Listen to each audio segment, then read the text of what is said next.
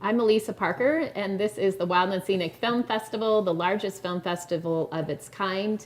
It has been 16 years since we have been bringing together thousands of social change makers, activists, and the filmmakers telling their stories, and more often than not, the filmmakers are part of that activism as well. Stories are what really shape our culture. And everyone I've been connecting with over the last couple of days are certainly those everyday action heroes. They're having such a tremendous influence on our world as we know it. And they're often the stories we don't hear, but they are so important. I'm excited to have Stephen Olsson with us. The film is called Earth Wisdom. It's been an extraordinary year just in general. I'm thinking back. It was just not long after this time when thinking about Standing Rock, for example, Stephen. And thinking about, we'll talk in a bit about groundswell. That's our theme this year at Wild and Scenic.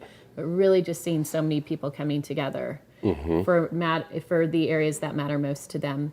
So first, welcome. Thank you. It's good to have you here. Thank you. Tell us about Earth Wisdom.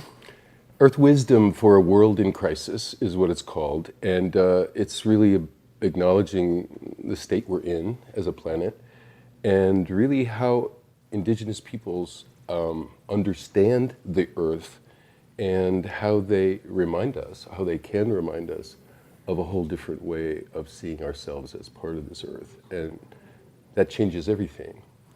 What is one of the perspectives of that, for example, that came to light in this film? Well, Chief Orrin Lyons says, we don't have any bottom line. You people talk in terms and think in terms of a bottom line. We've never had a bottom line. And if you think about it, bottom line, he says we live in a circle. We don't have a bottom line. So if you think about this kind of false separation. Right, false separation, and we think life's linear. Yeah. And that it just goes bam, bam, bam, which gets us away from that synergy. That's right. Mm-hmm. And if every year all these companies are just looking at this simple, misperception of a bottom line, we're starting to see, basically, as Native peoples think, 500 years of this type of thinking has gotten us into a real mess.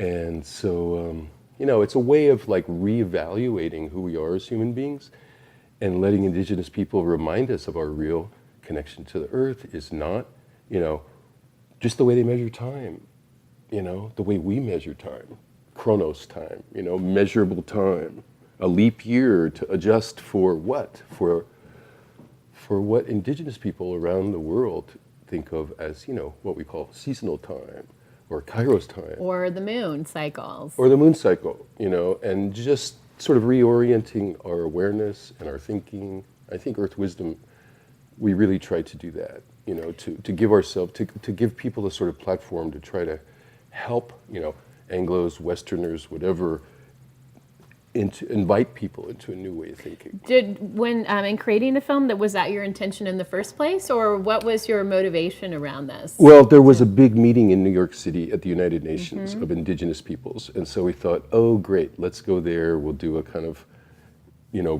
story on the road with all these 2,000 Indigenous leaders coming. And so we shot there with a number of different people from all over the world, portraits, and we got footage from their home countries, their home cultures, and then we edited that, and it was satisfying to a point, and then Standing Rock happened, right? And actually, somebody who I met who works here and lives here said to me, she was going to Standing Rock. I said, oh, that's fantastic, She said, yeah, I just need a microphone to go, and then I talked to her a couple days later, and I said, did you get your microphone? She said, no. I said, well, you're really BSing me or going? She says, no, I'm going. I said, well, I really want to go.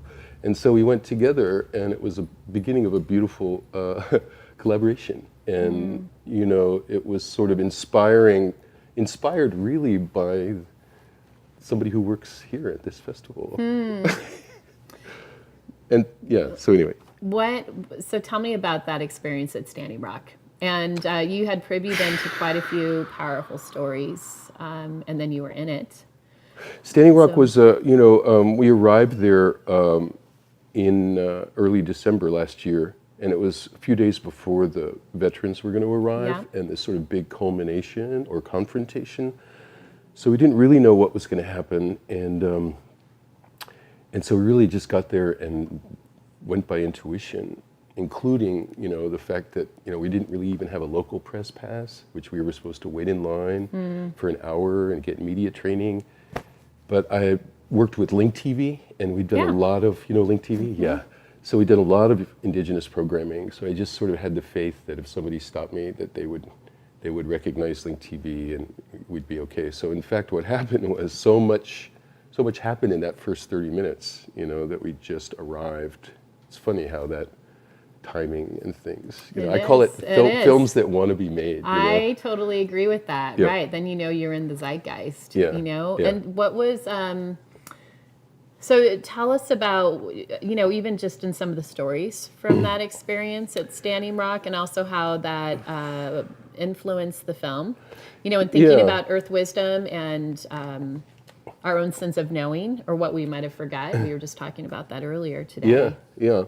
Well, the first day we were there, it was beautiful, late afternoon, golden hour, and Chief David Archambault was just basically reading the news from the Army Corps of Engineers that they were going to reroute the pipeline and they were going to demand another feasibility study, and everything was halted. And so there was this elation that we were a part of. That's what I mean. Talk about groundswell. Right, Talk about groundswell. Well, this was the groundswell at that moment at Standing Rock. And so there was just this high that everyone's on, 5,000, 6,000, 7,000 people. And, and then we came back the next day, and it was, storming, blizzard, and then the news comes that everything we thought was happening yesterday is not happening. And so the film kind of follows this elation and then this real downer, and but then again, as one of our characters said, he quotes Yogi Berra. He says, as Yogi Berra said, imagine this Onondaga chief quoting Yogi Berra says, Yogi Berra said, "It ain't over till it's over," And when is it over? When is it over? I was going to say, like, that whole experience, even just experiencing the highs and lows, and this happens as an activist when you take the lead and you have that sense of courage to step out. It really, you're tested, and that happens all the time. What even this film's around the perspective even of that, like, it is not over till it's over. Like, it's, what does over mean? What does over mean? It's easy to get caught up in that. It's bottom line thinking. Right. It's bottom line thinking. And you're like, oh, it's not happening. But what this is about is really the whole cycle. The whole cycle that we're part of, the whole cycle that Standing Rock was, for example, was part of, what that meant to indigenous communities in the United States, the sort of potential of Standing Rock, that people could actually come and be much stronger in their collective presence. Veterans, veterans could make a stand. You know how many veterans in Vietnam War and Desert Storm were Native people? A lot of people, and our whole legacy with, code talkers, World War II, that story. Right.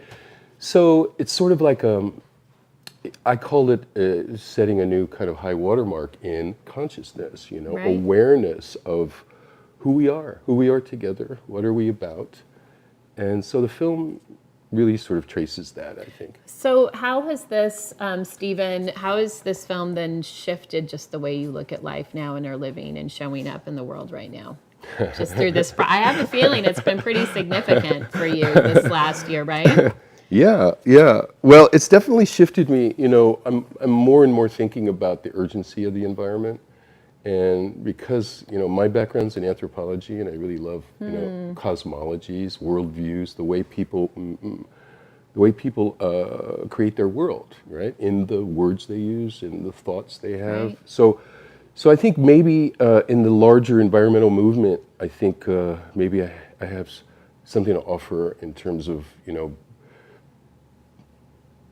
or helping that voice get articulated as someone said yesterday, as a weapon in the movement. I'm not a policy person, and I think that there's, of course, though, a way of understanding where we're from.